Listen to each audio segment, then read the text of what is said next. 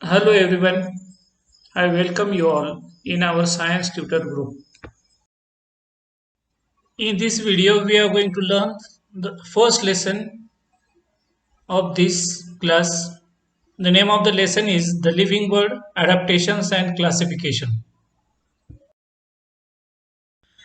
Students, in this video, we are going to learn part B of lesson number 1.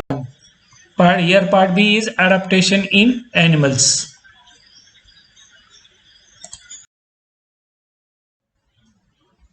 Now we are going to study about the adaptations in animals.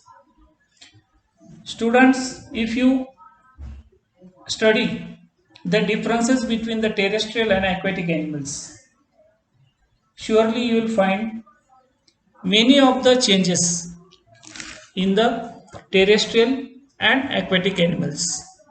What is the meaning of terrestrial animals?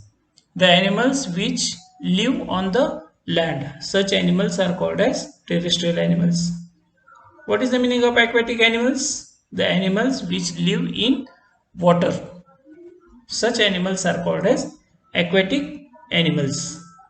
Now, if we discuss regarding the habitats, then terrestrial animals they live on the land, aquatic animals they live in the water. About food habits, the terrestrial animals they eat food whatever is available on the land. The aquatic animals they have to be dependent on the food which is available in the water.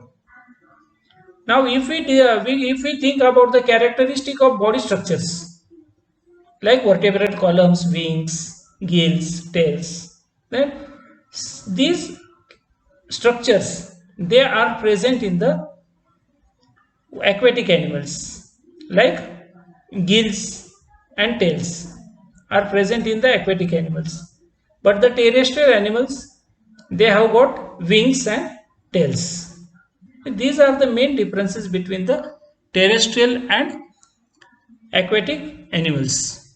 Even there is also a great difference in the skin of terrestrial and aquatic animals. If you see the skin of the fishes, then the fishes have scales on the skin and fins on the body. If you see their body structure, their body tapers at both the ends like a spindle. Means they have spindle shaped body. One more structure which is present in the fish, that is the fish breathe with gills instead of the nose. Their eyes have transparent eyelids and they have air bladders within the body to help them to float. Due to that only they can float in the on the water. Okay, now if you see in the picture there some questions are asked.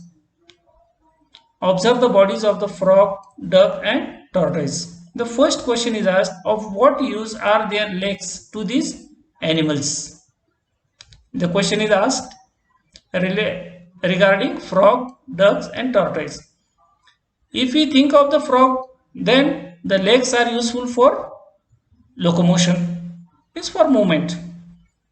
The legs of the duck are useful for swimming and walking.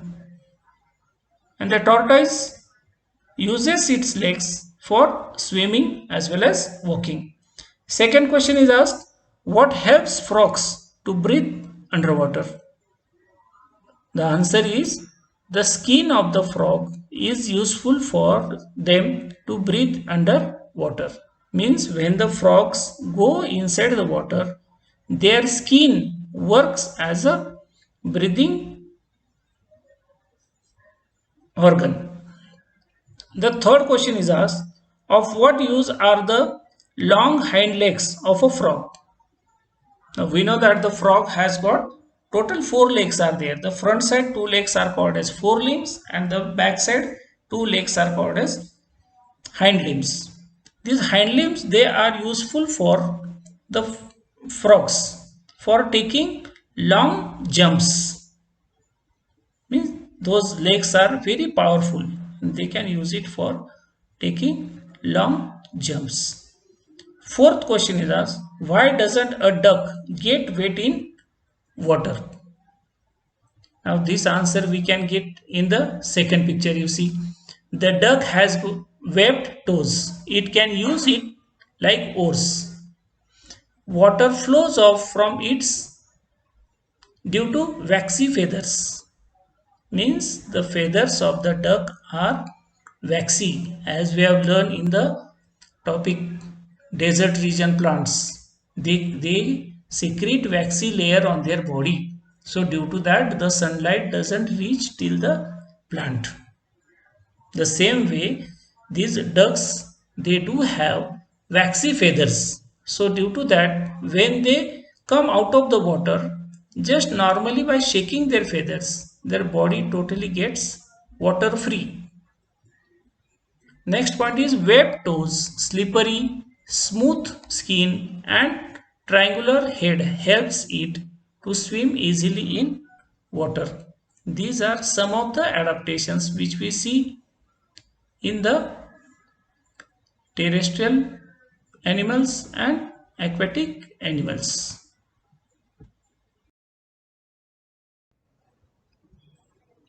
Now we are going to see about the adaptations which are seen in the forest and grassland animals. First we will see about the carnivorous animals. What is the meaning of carnivorous animals? The animals which are dependent on other animals for their food or as a food. Means they catch their prey and eat them. Such animals are called as carnivorous animals. In short, we can say carnivorous animals are the animals which eat other animals as their food, are called as carnivorous animals. See the point? Carnivorous animals like the white dog, fox, tiger and lion have strong legs to run fast and capture their prey. They have claws and their canine teeth are sharp and pointed. This is the first adaptation which is seen in the carnivorous animals. What are those adaptations? That their legs are strong so as they will be able to run faster and they can easily capture their prey. Even their claws are well developed and even they have canine teeth. Normally if we see the in other animals, the canine teeth are not much well developed, but in the carnivorous animals the teeth are sharp and pointed. Secondly, the tigers have padded paws. This enables them to silently walk to their prey and capture it easily. The eyes of predatory carnivores are located in the front of their head. It helps them to spot their prey from a long distance. Now, if we compare the position of the eyes of forest animals and normally the other animals, then you can see that the eyes of the carnivorous animals, they are located in the front side, so as they can keep watch and they can spot their prey from the long distance. It helps them in hunting the animals. Even their paws, they are padded so that even when they walk, it does not make noise, so that silently they can walk and they can easily catch hold the prey. Now we will see about the herbivorous animals, that what type of adaptations are seen in them. The eyes of herbivorous are below the forehead on either side of the head. This gives them wide angle vision which helps to protect them from predators. Their legs are long and tapering with strong hooves, which enables them to run fast, taking long leaps. Their long and freely moving ears can receive sounds from long distances and different directions. Deer and blackbucks have colors that merge with their surroundings. Their teeth are strong for chewing tough plant material. Now these are some of the adaptations which are seen in the herbivorous animals. Now we know that herbivorous animals are the animals which are dependent on plants for their food. So they don't have to run behind other animals. But they have the fear that some carnivorous animals should not catch hold of them, that these animals should not become prey of the carnivorous animals. So due to this, to keep themselves safe from the carnivorous animals, they have a wide angle vision. And why do they have the wide angle vision? Because their eyes are located on either side of the head. Now there in the picture you can see the eyes of the black buck. Both the eyes are located on the two sides of the forehead. So because of that, it develops wide angle vision in them, so that they can keep watch on their predators. What is the meaning of predator? The animal which catches other animals for its food. That carnivorous animal is called as predator. Okay. Second point is that the legs of these herbivorous animals, they are long and they are tapering with hooves, due to which these herbivorous animals, they can run fastly than these carnivorous animals. Even the ears of the herbivorous animals, they are long and freely moving. So due to that, they receive the sounds from the long distance and even from the different directions. Some examples are there of the herbivorous animals, deers, blackbucks. They have such a color.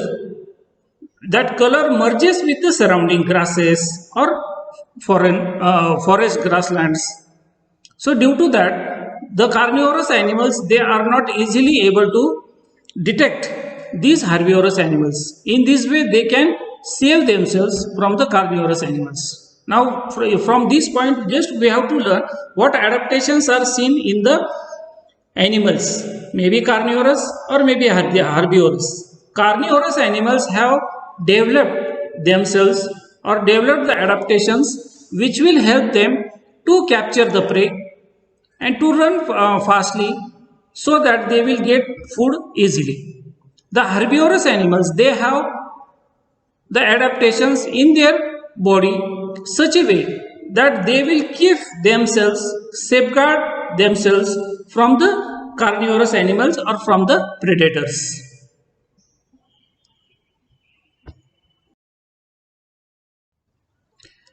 In this point, we are going to learn about the adaptation which are seen in desert animals. What is the speciality of the desert? The desert where there is scarcity of water, where there is more heat, where the plants are less in numbers, the natural vegetation is less. Such place is called as desert region. Okay. Now we are going to learn about the adaptations which are seen in desert animals. Deserts are characterized by severe scarcity of water. Hence, desert animals have a thick skin to prevent loss of water from the body. This is the first adaptation which is seen in the desert animal. The examples like camels, rat, spiders are there. Many animals are there which live in the desert region, and they have some special characters in their body structure.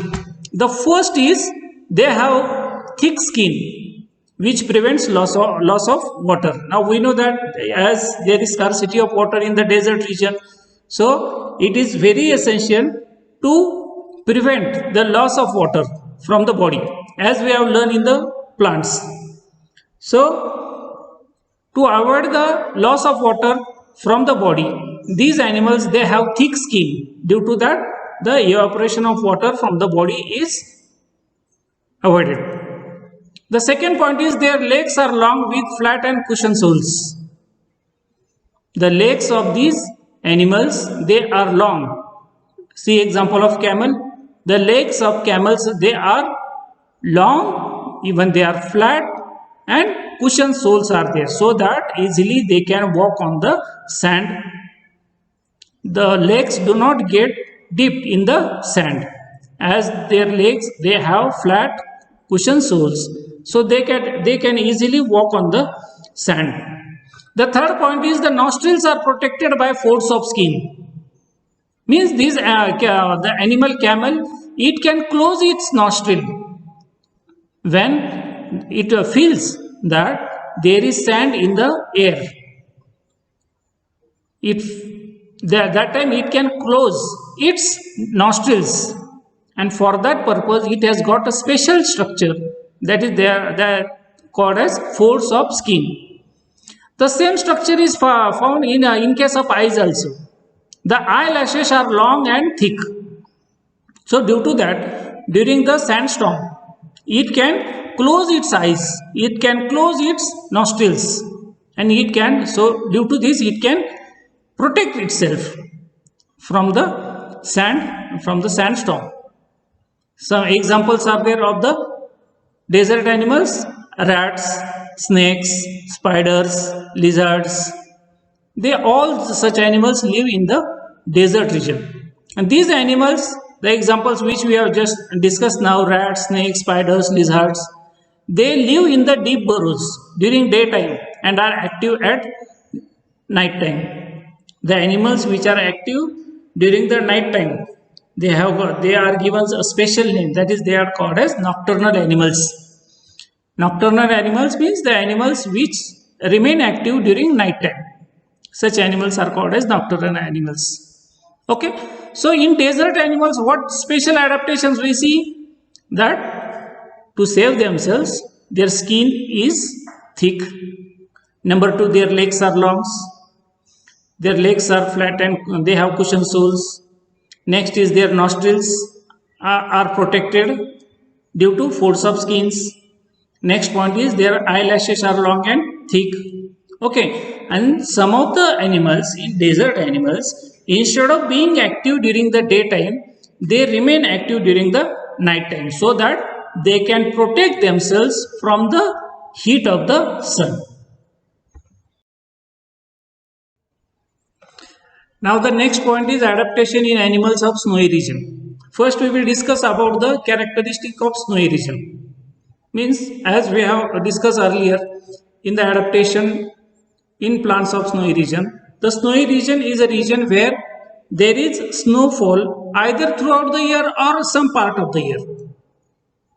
So such area is called as snowy region.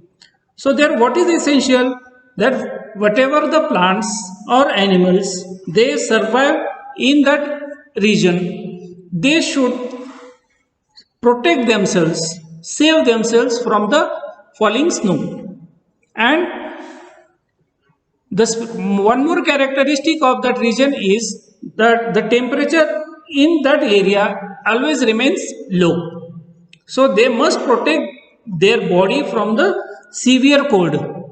So that is essential for the animals in the snowy region. So which animals are seen in the snowy region? Some examples, here two examples are given. Yak is there, then polar bear is there, white fox is there. Okay, all such animals, they are seen in the snowy region. Now if we observe the body of the yak, then we see that the yak's body is covered fully with the fur. Fur means long hairs.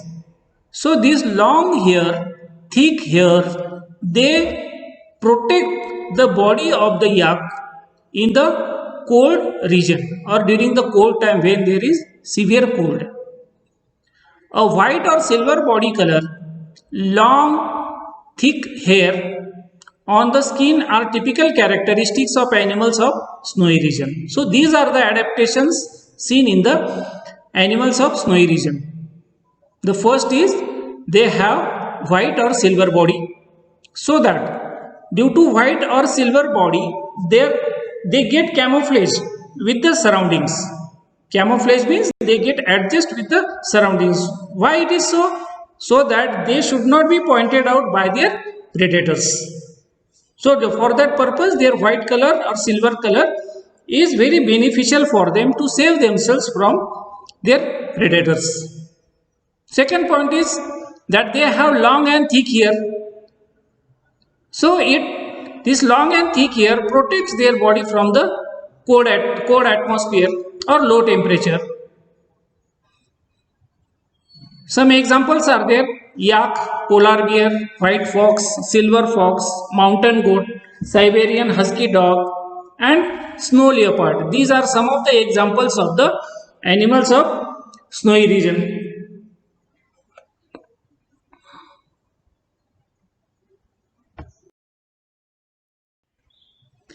Now here is the point about adaptation in aerial animals. First we will understand the meaning of aerial animals. The animals which fly in the air are called as aerial animals. First we will discuss about the speciality of the aerial animals. Now if you observe the body of the aerial animals, then you will find that like aquatic animals, the body of these animals is spindle shaped. Spindle shaped means it is tapering at both the ends. So due to this, they can easily fly in the air.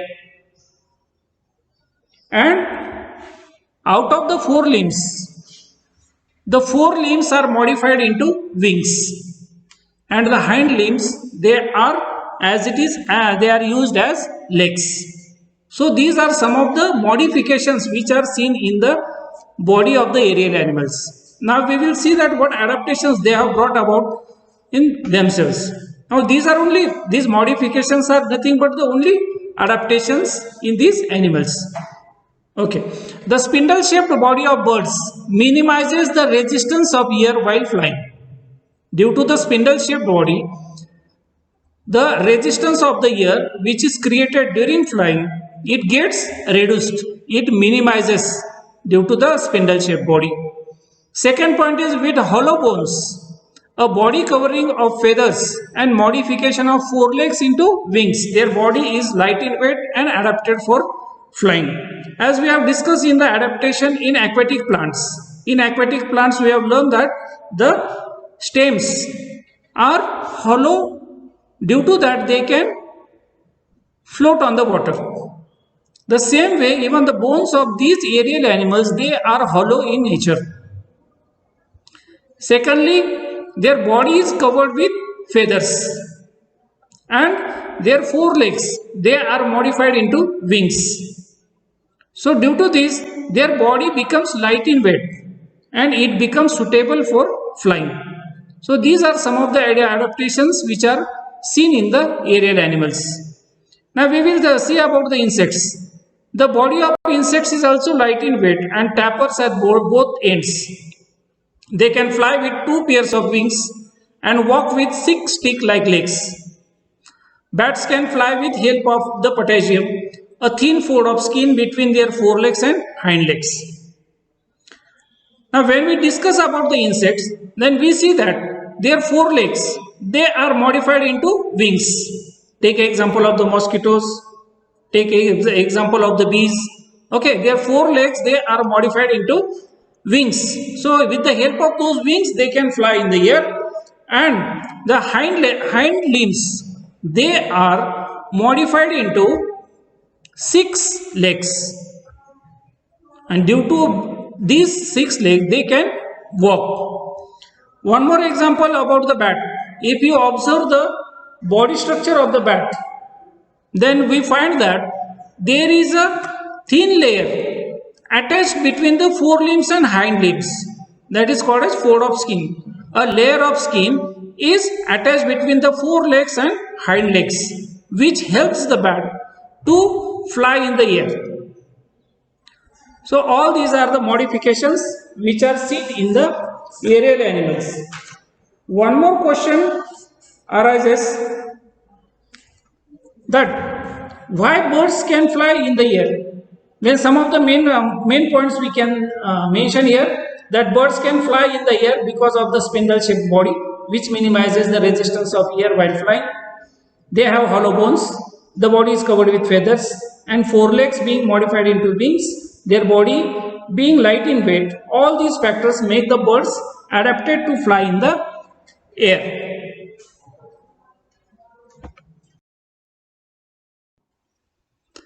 Now we are going to see about the adaptations in reptiles. Observe how snakes and earthworms creep. If we observe the snakes and earthworms and their mode of locomotion, then that mode of locomotion is called as creeping. That movement is called as creeping movement. Then how do they creep? Now the snakes and earthworms, they do not have the body organs like us. Neither they have forelimbs nor they have hind limbs. They do not have any such special organ which is used for locomotion like us. Only they have cylindrical body. In this cylindrical body, they have only the skin covering. Second question is asked, which organs do they use for creeping? One more question, are there any special changes for that purpose? The answer is given below. Animals like house lizard, garden lizard, crocodile use their muscles for creeping. Means here in this only answer is mentioned that these animals, they use their muscles for creeping. Similarly, they show adaptations in skin, soles of feet, body colors, etc. For example, the house lizard and monitor lizards have clawed toes and thin soles, whereas snakes have a scaly skin. All these animals, then maybe snakes, maybe a house lizard or monitor lizard, they show modifications or they show adaptations in their body structure regarding their skin, regarding their soles of feet or body color. They show adaptations only just to survive in their surrounding. So in this point, only the three things we have to remember, that these animals, means reptiles, they have scales on their body. That is the first adaptation in that. Second is they have clawed toes and thin soles for the purpose of motion. The third point is some of them can change their body color as per the environment, so that they should not be pointed out by the predators. This is the main important factor in case of the animals, that they have to survive against their predators. Also they have to obtain their food. So both the ways they have to struggle. So in this way the adaptations are seen in reptiles. Here we are going to discuss about the adaptation for food in animals. Now up till now we have discussed about the adaptations seen in the aquatic animals, then forest and grassland animals, desert animals, then animals of snowy regions, then aerial animals, reptiles. Okay. Now we are going to see about the adaptation of animals for the purpose of obtaining food. Now here in the picture you see the different birds are shown. Now for obtaining the food, in the first picture you see, it is the picture of woodpecker. Woodpecker, it eats the worms which are found in the stem of plants. So for that purpose it has to make holes in the stem. And for that purpose it must have a strong beak.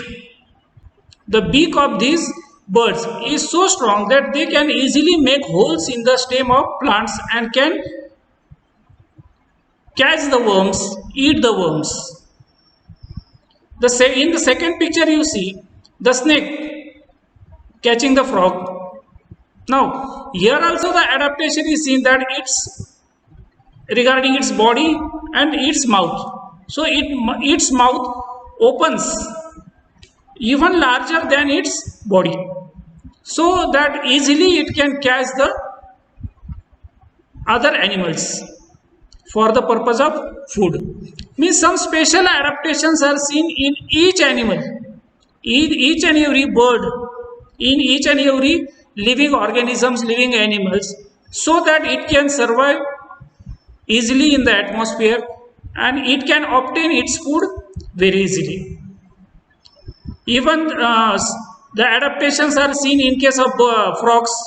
Even the frogs have long tongue, so that even from the longer distance also it can catch the insects. The adaptation of snake we have seen. Even the birds are adapted. In what way? Their forelimbs are converted into wings. They have got the beaks. If you see the example of the crane, it has got long beak, so that easily it can collect the insects even from the underwater. The insects or the worms or such animals which are there in the water, those insects can be easily picked up by the cranes due to the long beak. If you see the example of mosquitoes, the mosquito's mouth is converted into a long tube-like structure which is called as proboscis. That it pierces its proboscis in the body of the animals and can suck the blood.